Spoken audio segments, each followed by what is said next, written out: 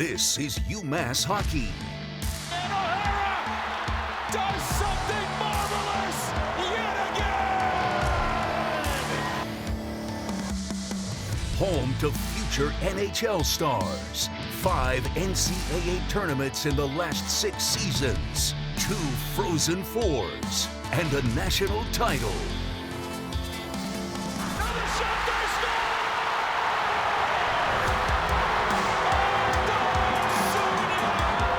It's NewMass at a whole new level.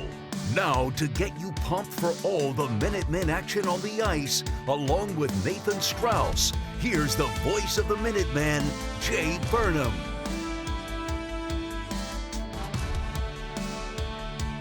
That's right. We've got an off-season NewMass Minute coming your way from the Mullins Center. My name's Jay Burnham, voice of the Minutemen, alongside my broadcast partner, cohort, getting his master's degree this weekend. But Nathan Strauss. can we just congratulate a good friend of the program, Adam Giordano, on his thesis defense, I believe, last week or 2 weeks ago? He does play for the enemy, a buddy of ours, broadcaster for UConn. But yeah, he'll be getting his doctorate, or did get his doctorate. I think he did get his doctorate. Either way, congrats, buddy. good friend of the show. And you're getting your master's this week. Yeah, next Friday. So 7 years at UMass, 2 degrees. I think there's going to be one or more still in the works, but thank you very much. And weirdly enough, it doesn't even count my doctorate in UMass hockey, which I think I could probably pass the defense on that. You absolutely could. In right fact, now. okay, so I wanted to lead off the show. We've got a lot to get to. We've got a lot to get to. I want to talk about kind of the season that was, the things that have been in the news. We will not go into what the roster is going to look like this upcoming season. We could talk about some of the departures, but we can save that for a show down the line. You started up a pet project. You got in a time machine and you went back to 2008 and you started a blog, which I guess now is blogs are back. Jay. They're back. Okay, yeah, Jay, because they're back, right? Because local media is dead. Yes. And so people, I think, want more local specialized.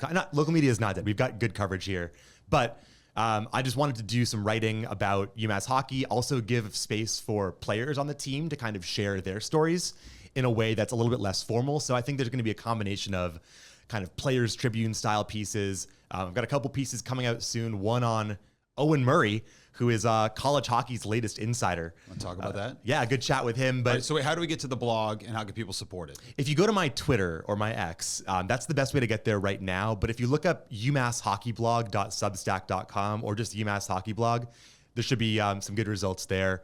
Over I think 120 subscribers in the first week, which is awesome. I appreciate it. Nothing is paywalled yet. I'm thinking about what to do for paywalls, maybe with some of the proceeds going into the Pond Club going forward. But obviously it's a labor of love, kind of like, I think a lot of us understand, but I feel like I spend a lot of time around the team and want to get those stories out there in a different way. You donate your time here to do these extra projects. Well, but seeing you is my reward. Yeah, that is a treat. But thank you, Jay. Everybody go check out. The link is on Nate's X account or Twitter account. And then you mentioned Owen Murray. Let's just start here. Owen Murray made some news this offseason after the season ended. We can talk about how the season closed against Merrimack. And then he just gets online and starts firing off transfer news left and right. This is the craziest thing. So the whole thing starts with him announcing that Jack Musa is staying for his senior year. Which was a blockbuster drop. It gets even weirder because so more than this, right? Jack Musa has a great season. He's got 100 points in 3 years. I think everyone thinks he's going to sign. I think he thinks he's going to sign. Yeah. The Wednesday night after the season ends, I'm with Hunter Deal and couple other folks down in Springfield watching the Providence Bruins play because James Hagans is making his debut. And Owen Murray and Jack Musa are there because Hagans and Musa have the same agent. And, it's part of sort of talking Jack through the process of where he's going to sign, et cetera. So he's fielding all these calls and texts. And then 2 days later, I get woken up. I'm at my girlfriend's place. I get woken up. I have 3 missed calls from people being like, did you see Owen's tweet? Jack senior year ? So, he has this big tweet, Jack Musa staying for his senior year, gets 300 something retweets, likes, etc. So it's like a little bit of a dopamine hit. He's like, well, let me just get in on the rest of this transfer news. I'll put this out in the article too, but basically he says, the first one he broke was Nick Van Tassel for transferring because he was like, oh, I figure, after the season ends, you're just kind of sitting around. Like you're not really practicing. And you knew some guys were going to find new spots. And so he asked them like, hey, can I break this? And they said, yeah, it's awesome. But then it got a lot of national attention. Like it got picked up by Mid-Major Madness and Sickos Committee. And the college hockey media world is kind of small enough where it's not hard to get like complete visibility. So Mike McMahon and Brad Elliott Schlossman, the guys who kind of, I think, lead that space, picked it up as well. And I think it's great for the game, right? There is one. And by the way, I guess there's pending rule changes in college hockey. I think Owen Murray, who's had a tremendous career here at UMass, I mean, we're hoping for a 5th year. I don't know what the future is on everything, but yeah, it seems unlikely. The rules are changing. The rules are changing, but the rules are changing for the next class, not the current class. Yeah, the rules are changing, by the way. But like every other rule change, the courts can still decide. Okay. So I thought it was funny. He was sitting there. He sent out some tweet, and it was like someone was saying a player was transferring from A to B, and he was like, nope, he's sitting on my couch playing video games. He's not going to that school. Yeah, one of the burner accounts is like breaking news, like Owen Mellenbacher to Minnesota State, and he responds like, news to me, Melly's on my couch right now, and they haven't contacted him, which is kind of like, the source, like literally us, the Toronto Blue Jays tweet. Yeah. It's basically that. But according to who? Right. Literally us. Yeah. But I think it's great though. Like I think obviously like during the season, I think guys stay off of social media, but I think this is hilarious. Especially the hockey guys. 100%. They really just like hunker down and they hibernate. Yeah, but I think it's good, right? Like typically those locker rooms are more closed. You also don't want to do anything that would upset the balance of what's internal, coaches, all that stuff. But Owen, very similar to our good friend Johnny Lazarus, has that personality where it can play, right? Like he knows the game, but he's also connected to everyone. Like the hockey world, and this is sort of what I talk about, but like the hockey world is so tight that like all it takes is one text and he can get to any team, like to get info on guys. So he drops a bunch of transfer bombs. I guess the equivalent of the Woj bomb. Yeah, the Woj bomb, the Mer bomb. But the big one there, the big news, Jack Musa returning to UMass. So, this roster gets Musa back, the leader, the guy that is always around the puck.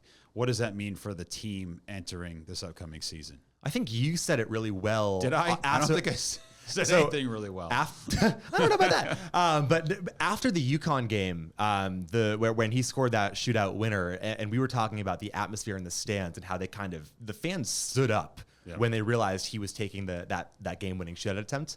You were talking about how like that's a legacy moment, right? And that's a way to create a legacy. I think in college sports as a whole, especially for elite teams, it's really hard to get guys for 4 years because either in hockey they'll sign pro deals, right? Or in other sports, now transfer, right? In other sports, I think there's the transfer after a good season tends to be more of a path. Yeah.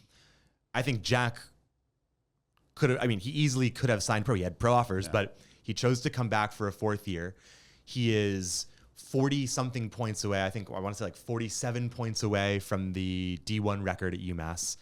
He's the first player in UMass history to return he'll be the first player in UMass history to start a season with more than 100 career points, right? Because typically the guys who hit that mark last year, it's kind of the threshold for going pro. So it's going to be unreal. You've heard me kind of say this before. We're losing this, and I'm not complaining about it. I'm just saying as a fact, we're losing this connection with the student athlete tied to the university because of all that movement. And as you mentioned in hockey specifically, boom, you could sign your NHL deal and you're gone a year, 2 years in. So when you make a move like this, not saying this will happen, but this is how you get your name in the rafters. This 100%. Is how the fans make that connection with you. So when you are taking that shot, they recognize that the moment is just a little bit more because their guy has the ball in their hand or the puck on their stick. Yeah, exactly. And I think when you think about the people who have been the most impactful to the UMass athletics community, no matter what the sport is, it's guys who have stayed 3 or 4 years. Yeah. So Bobby Trevino is a really good recent example of that. Lucas Mercury as well, guys who sort of keep the the program standards high. But then obviously for hoops, it's a different landscape. And I think that's, but for women's basketball, players like, Steph Kaleja, Sam Breen, players who played 3 or 4 years too, right? Derek Kellogg, Lou Rowe, even Camby, who obviously left early, but those guys left their names still mean something Carl today. Carl Pierre, right? Like stayed here 4 years. Yeah, I mean, guys who stay get rewarded, and I think it's great. I think it's great for college hockey in general that this is now an option because it keeps the game so strong. And I was watching the Ducks Golden Knights game last night, and Tim Washi, who's the fourth line center now for Anaheim, another guy who stayed all 4 years in college at Western Michigan. Led the country in face-off, 63%. That's what Bob Wischusen said. I believe Bob Wischusen in that voice, right? Yeah. But he stayed the extra year, got rewarded, and it made his transition to the pros a lot easier. So this is great. I think it's awesome, and I think I hope it sets a path for other guys who might have that option after 3 years as well. Sidebar: is Wischusen the best? I mean, he's got to be top 2 at least, right? In terms of hockey. It's so hard because I really like Sean McDonough on those if we're doing ESPN, but you have such a good balance between him, Monaco, and Wischusen on those ESPN calls in general. So Wischusen, they put him with Kevin Weeks last night. He'd been doing it with TJ Oshie, who was in the studio. So Wischusen's great. It's also crazy that I hadn't heard him on football, which is his number one sport. And then a highlight of him last year came up, and I was like, oh my God, he's so good at football. Good. Yeah. You know? That's my first sport. But he's so good at hockey, you'd think that's the sport that I associate him with. I do still love Sean McDonough, though. Like, he's a big game guy. And also very easy and fun to impersonate. All right, let's rewind. I'm Jay Burt. Let's rewind to the end of the season, where I don't even remember it, Jay. Yeah, I've kind of blanked out from it all. But you go into the postseason. UMass had a lot of momentum, right? You carry into the postseason, and it looks like, hey, you need to get to the Hockey East finals to get a chance to go back to the NCAA tournament. Fair, unfair, whatever rankings you use, it felt like maybe you had to use the previous year's rankings. UMass would have been an NCAA tournament team. However, it didn't happen. You beat Northeastern in the opening round of the quarterfinals and then take on Merrimack. Go back to that game. I remember the first 2 periods were scoreless, right? And then Merrimack comes through with a goal early in the third period, 2-0 in the final. Tough fought match, came up just a bit short. How do you put a bow on the season? Yeah, I mean, I think that game was a pretty even, low event game, and Max Lundgren, the goalie for Merrimack, played really well. UMass had some chances, couldn't score, and that's baseball, Jay. That's kind of what happens sometimes. And you play. It was very similar to the other games that UMass lost in the spring. They only lost 4 games, and I think they only scored 1 goal in those games, and they didn't lose by more than 2 in any of them. So, I mean, look, UMass won a lot of close games in that spring. Hrabel played really well, just couldn't find a way to get it done. And credit to Merrimack. They went on and beat UConn the next day. We were really hoping for that UConn-UMass matchup. I think it would have been great just after the shenanigans earlier in the year, and just for regional rivalry purposes as well. But look, in a college sports world that seems to be shifting more and more in favor of autonomy teams, to have Merrimack as the 8th seed win the conference, I love Hockey East for that reason in particular. I think now 9 of the 11 teams have been in the conference finals in the championship game in the last 6 years. So Merrimack goes on, they win, they beat UConn 2-1. They lose in the first round of the NCAA tournament. Now you've got the season over, transfer portal opens up, right? And we could talk about some of the guys that are exiting here from UMass. But when you look at the overall landscape of where the portal sites are shifting, how does that line up for Hockey East too? I think by all accounts, people have said hey, it was a little bit of a down year this year compared to years past. I think just that combines, I think, with the pairwise versus NPI question, because if you're wondering why the numbers were more favorable for UMass with the previous system versus this system, first of all, I think it's just math. Hockey East had a down year, relatively speaking. There wasn't a team as strong as BC or BU the previous years. Some of the UMass non-conference opponents didn't do as well as they predicted. Omaha, who UMass played 2 years ago, snuck its way into the top 20. This year, they were in the low 40s. And you had 2 games there on the road that were supposed to kind of drag you up. Yeah. It didn't happen. And so it was kind of a perfect storm there, along with injuries, along with all of the other things that would be kind of excuses, right? Yeah. And so at the end of the day, UMass was 1 spot out, and that's what the math said. And the best way to prevent that is, I think, to just win. Like, I think, again, you win that Army game and you're in the tournament. Right. So that's and I think, my take on that. We've talked about this all year long, but the team got better, Yeah. right? And I think that's obviously what you want to see. And when you come to UMass as a hockey player specifically, you're going to get better by year's end. And that's the whole name of the game, especially for this coaching staff. Yeah, and obviously, with Michael Robel aside, I think this year, because of the signings from the previous year, like, there was an element of this being like sort of a bridge year, because the class that UMass has coming in that we'll probably talk about at some point this summer once they all are on campus, by the numbers, is the highest composite talent rating that we've ever seen in program history. I mean, we're looking at a UMass team that could have between 11 and 15 drafted players on it next year, and could have 7 to 8 guys drafted this spring and June. So you were trying to figure out a way to still develop guys for that next year, and you still managed to make a really good run, even maybe lacking some of the firepower that they would like to have. Are you seeing season ends? Trying to think of like what Wisconsin had a good year in the Big Ten, right? Minnesota was down. You see these teams trying to shuffle, reload. How does some of the Hockey East schools, like when you look at the talent that is incoming for them, how does that kind of match up to some of the other conferences? I think it just depends on philosophy, right? Because there are certain teams in Hockey East that have prioritized transfers. Like Northeastern has brought in a lot of really good transfer D-men over the last 3 years, and that's been what works for them.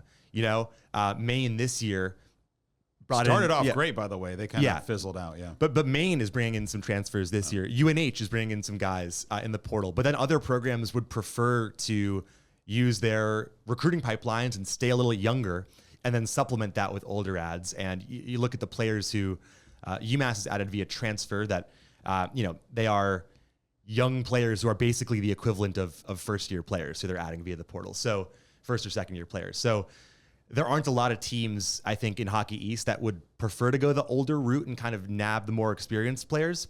Teams like Penn State, which love to grab high-scoring transfers, it's a different philosophy, and it doesn't always work out. So I think the strongest programs are the ones that stay true to their identity, and that's obviously such like a truism and like a hockey cliche, but if you've got a formula that works, whether that's Merrimack, right, who recruit these gritty Western Canadians who are a little older, grind it out, Swedish goalies, it works for them. For UMass, it's been a lot of European players. It's been high-scoring players who spend an extra year in the USHL, and now we're getting some high-caliber drafted players from the CHL as well. Like, I think fit within the program is more important than like the numbers you put up, right? But that was one thing, last year we talked about this, where that was kind of the first year you could get the CHL guys, and UMass had already had their commitments and stuck true to those commitments, and now that opens up the door this year to bring in some of those guys. But for better or worse, you don't know, because it kind of, we look at some of the kids that came in from the Q and some of the other leagues at the CHL, it was 6 of one, half dozen of the other in terms of their success. 6 of one, 7 of the other. 6. It's dead. All right, let it go. It's never gonna die. But I think I want to give credit to the coaching staff here, because when I talked to Carv in January Merrimack game, I asked him about sort of some of the recruiting shifts and philosophies, and he said, "Look, like, we didn't know how those CHL kids would adjust. And there were legitimate questions about it. And some went back to the CHL mid-season. Right. But I think in general, people saw that, yes, there's going to be a learning curve, especially with the speed of the game and discipline, because there's a lot of stick work that goes uncalled in the CHL that gets called in the NCAA. But now they know. I think now we've seen it. And so I want to credit the UMass coaching staff for being willing to basically say, like, hey, we had fears, but we were wrong. Or not wrong, but we're now going to adapt and adjust. And obviously they had commits from the CHL, and now there are going to be some big ones coming in. I'm very excited about. The only constant is change, right? Field of Dreams.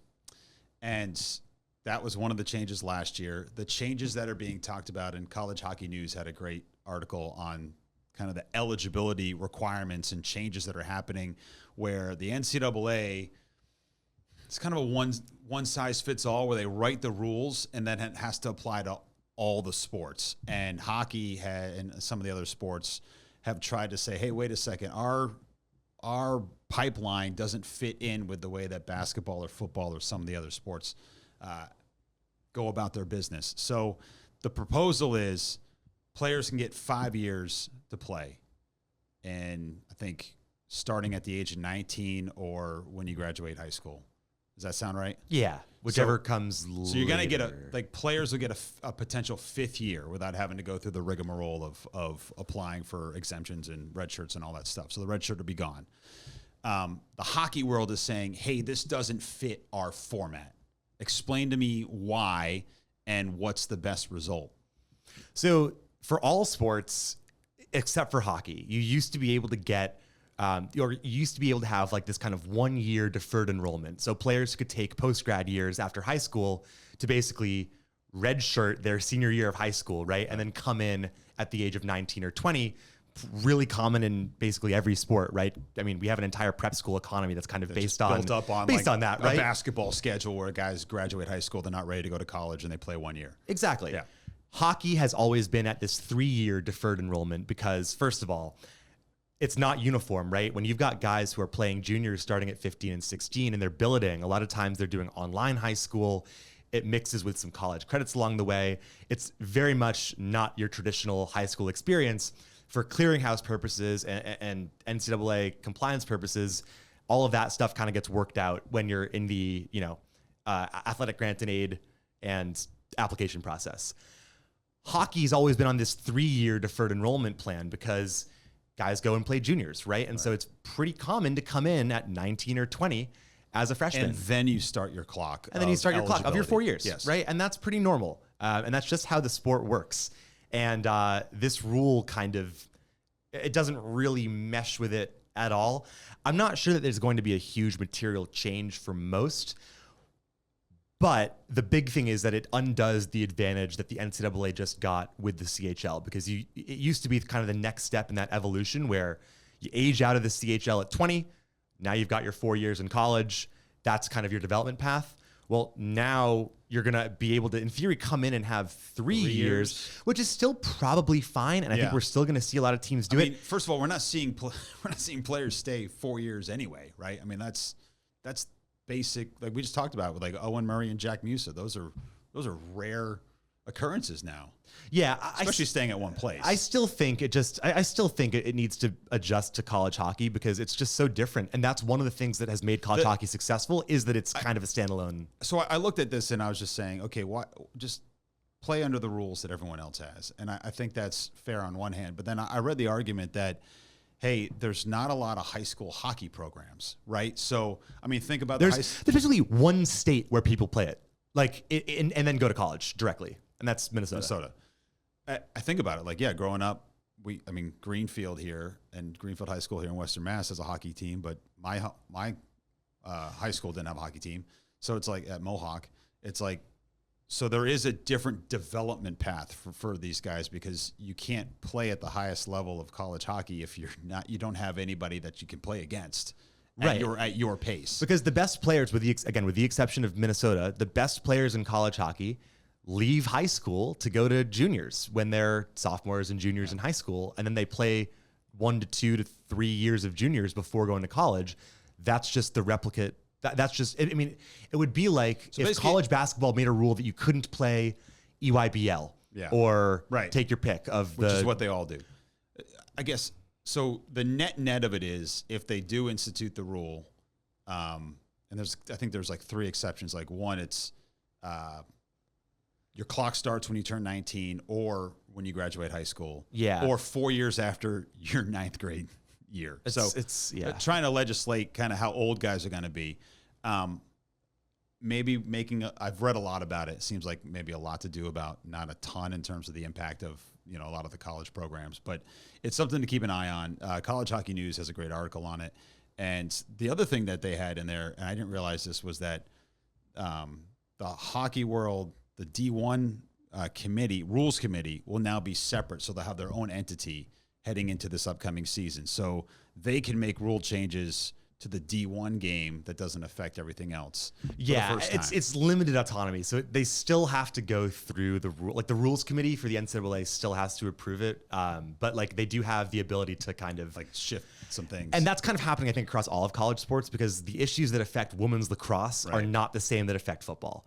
And for hockey, it's taken us a long enough time to get to that point, right? Correct. And so I think this is definitely for the better. And I do think it's really notable that, in that article, and McMahon had an article about this too, like the commissioners of college hockey are, I think, preparing a kind of a written statement to the NCAA on the eligibility issue, and in the hopes that that will kind of help them out. And there's a lot of frustration, I think. Post it to the front door. Right, like Martin Luther style. Yeah. Right, we're gonna have the next. What was it? The Great Rift. Yeah, the Reformation. Yeah, we're gonna have Protestant college hockey guys. It's on the menu. All right, who are you rooting for in the Stanley Cup playoffs? Colorado Avalanche. I mean, Cale Makar, right? But I think I'm rooting for good games. Like and the Avs Wild game was great, but I love the Avs. I mean, they're such a great team to watch. I'm also rooting, Jay, for your sake, for the Calgary Flames to get some lottery ball luck tonight. Yeah, this won't come out by the time we can get this out by the time the lottery hits. But yeah, the Vancouver Canucks are scheduled to maybe be the number one pick if the depends on if my bribe went through for you, Jay. But no, Thanks, I mean, man. I'm rooting for the Avs. I think Avs. I mean, frankly, like I think the Habs Sabres series should be really fun. Look, as long as it's not a team that I dislike, and there are some, but as long as it's not a team that I dislike, I'll be passively okay with it. Who's your I'm not going to say that. Hurricanes. Yeah, I got you. Bring back the Whalers. Yeah, exactly. Zach Jones in the AHL wins the Most Outstanding Defenseman Award. I think we've seen Carve kind of beat this drum. Belongs in the NHL. Hopefully get a chance somewhere. But kudos and credit to him for, putting together a fine season in Rochester. Yeah, he did great. John Leonard got an extension in Grand Rapids. Ryan Ufko, AHL All-Star, and obviously had a really good NHL stint at the end of the year. There are a lot of guys who, I mean, this was a great year. Cole O'Hara made his debut last game of the season. Got an assist for Nashville. Yeah. Yep, got an assist for Steve Stamkos, which is a pretty sick way to. That's awesome. Yeah, and Owen Murray was there. He was there on the glass, and it's great. And hopefully we see plenty of more debuts. My money is on Michael Robel for being the next guy to debut in the National. That'd be great. Robel won the Most Outstanding Athlete Award in the Sammys here at UMass. Obviously, the biggest award that he's won this year. Yeah, but yeah, First team All-American. But it's great to acknowledge him. And we do an annual award ceremony for kind of in-house just across the athletic department, and he won that one for the best male athlete, which was certainly deserving. And then you've got, speaking of goaltenders, UMass alum Jonathan Quick hanging it up after, over 800 career games, 3 Stanley Cups, the best American-born goaltender to date. Certainly one of the great American goalies of all time. Amazing career run for Jonathan Quick. Yeah, it's outstanding. And it's unfortunate that he couldn't go out on top, but I think he'll have a coaching role, a development role, if he so chooses. But great career. I mean, one of the best goalies of my childhood. He'll be a UMass Athletics Hall of Famer. I would imagine so. I mean, look, he's one of the great goalies of the 2000s, and what he did on those Kings teams is unbelievable. Like that was like sort of when you're a teenager, like those were some of the teams that were the most feared, and he was obviously a great American goalie. So I mean, great for him. Congratulations. And UMass, clearly the goalie you started a long time ago. Like that. Yeah. So, and also just on that note, like I think there are some things to be looking forward to in the next month or so. We'll have a schedule release. Yep. We'll have roster announcements coming out. We'll have staff announcements, coaching hires. Which there's some poorly kept secrets, but like if you want some. Follow the blog. If you follow the blog, follow the blog. We can say more there. But no, I mean, there's a lot to look forward to.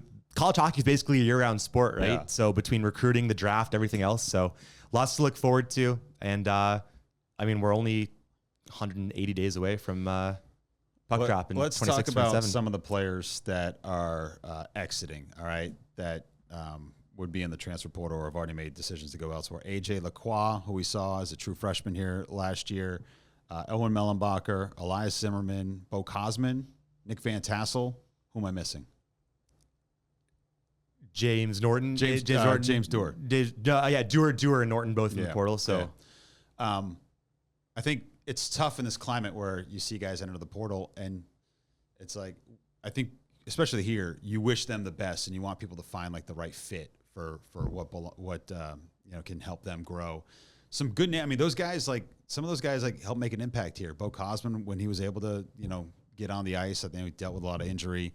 Van Tassel kind of used his size at times. So those guys will be missed, and we appreciate all the effort they put in here. Yeah, 100%. And look, I don't think there's ever any hard feelings. Like guys who go elsewhere, deserve more minutes elsewhere, most likely. And it also enables UMass to bring in some different players and kind of adjust after this season. So I'm there's never any ill wishes, and wish them all the best. And hopefully we come across a lot of them in the coming seasons. Might see them on the other side, right? Yeah, exactly. I mean, obviously you'll see Nick Van Tassel in a couple times next year. And so no, definitely we'll keep following them and appreciate what they did here at UMass. All right, so this is early May. We're setting this up. I'll put a artificial deadline for the next one, early June. How's that sound? Yeah, why not? We get Let's ready do for it. the draft. We'll do some. Maybe we can get one of the new coaches in here.